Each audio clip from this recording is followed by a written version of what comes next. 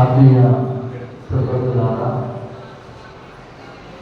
ఇంతవరకు మన గోపీ కృష్ణ గారు లక్ష్మీ నృసింహ అవతారం గురించి చాలా చక్కగా ఇక్కడ ఆ కథాశ్రవణం చేశారు. జీవితంలో మనందరికీ కూడా భగవద్గీతం అనేది అత్యవసరం. ఎందుకంటే మనందరం కూడా పరిపూర్ణమైనటువంటి జీవితాన్ని ఈ జగత్తులో మనం కొనసాగాలంటే జీవితంలో లౌకిక ఉన్నతిని మరియు పారమార్థిక శ్రేయస్సును ప్రయత్నపూర్వకంగా సంపాదించుకోవాలి. దీంట్లో లౌకిక ఉన్నతిని అందరూ ఆశిస్తారు, కానీ పారమార్థిక శ్రేయస్సు గురించి అందరూ కూడా జీవితంలో ప్రయత్నించరు. అందుకే పరమాత్ముడు గీతాచార్యులు చెప్తున్నాడు, మనుష్యాం సహస్రేషు కశ్చిద్ యతతి సిద్ధయే యతథాపి సిద్ధానాం కశ్చిన్ మాం వేత్తి తత్వతః. ఈ జగత్తులో అందరూ కూడా లౌకిక ఉన్నతిని ఆశిస్తారు, కోరుకుంటారు, దానికి తగినట్టుగా ప్రయత్నాన్ని చేస్తూనే ఉంటారు దీని పర్యంతం.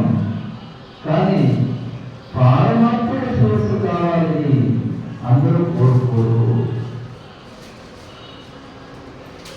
దైవానుగ్రహాన్ని పొందాలని ప్రామాణికంగా ఎవరు ప్రయత్నించరు. తెలుసుకోండి, 1000 మందిలో ఎవరు ఒక్కడే ప్రయత్నిస్తారు అంతే.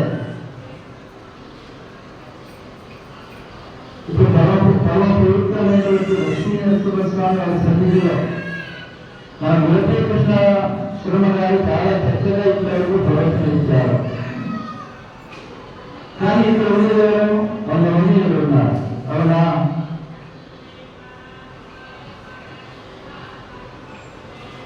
ఏదైనా చూసుకుంటుంది కదా, రావు. ఎందుకంటే దేవుని పట్ల నిజమైన నమ్మకం కావాలంటే, మనకు ఆ నమ్మకం జీవితంలో రావాలంటే పూర్వజన్మ సుకృతం ఉండాలి. ఇక్కడ వచ్చి మీరు కథాశ్రవణం వినాలంటే ఆ సంస్కారం మీరు ఉండాలి, లేదంటే రాదు. లౌకిక ఉన్నతం కోసం అందరూ ప్రయత్నిస్తారు, డబ్బు సంపాదించుకోవాలి, ఇల్లు కట్టుకోవాలి, ఇంకోటి కావాలి, ఇంకోటి కావాలి. కానీ సరిపోతుంది, ఆలోచించండి.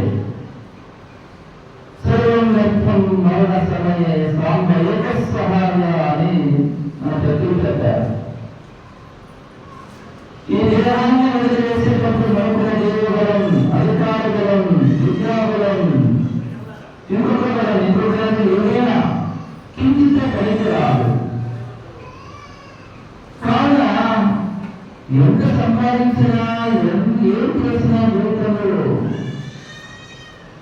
నిజమైనటువంటి ఆ ఆనందం కలగాలంటే, నిజమే ఆ సుఖాన్ని మన జీవితాల్లో పొందాలంటే పారమార్థిక శ్రేయస్సును మన ప్రయత్నపూర్వకంగా సంపాదించుకోవాలి. పారమార్థిక శ్రేయస్సును సంపాదించుకోవాలంటే ఆ భగవద్గీతాన్ని మనం నిత్య జీవితంలో ప్రయత్నపూర్వకంగా సంపాదించుకోవాలి. కృష్ణ పరమాత్మ చెప్తున్నారు, మనుష్యాం సహస్రేషు కశ్చిత్ యతతి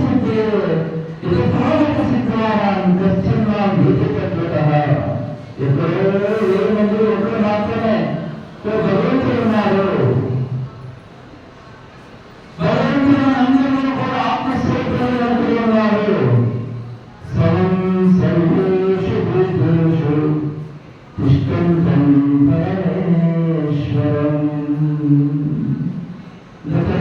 చూడండి, గీతాచార్యులు చెప్తున్నారు, సమం సర్వేషు భూతేషు తిష్టంతం పరమేశ్వరం.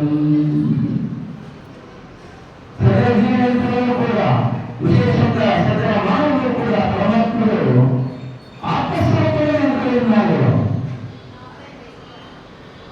ఎక్కడో ఒకటి ఉన్నారు, శ్రీశైలం ఉన్నారు, తిరుపతి ఉన్నారు, ఎక్కడికో వెళ్తున్నాం. శాస్త్రీయం చెప్తున్నారు, ఇంతకుముందు చెప్పారు, మీరు ఎక్కడ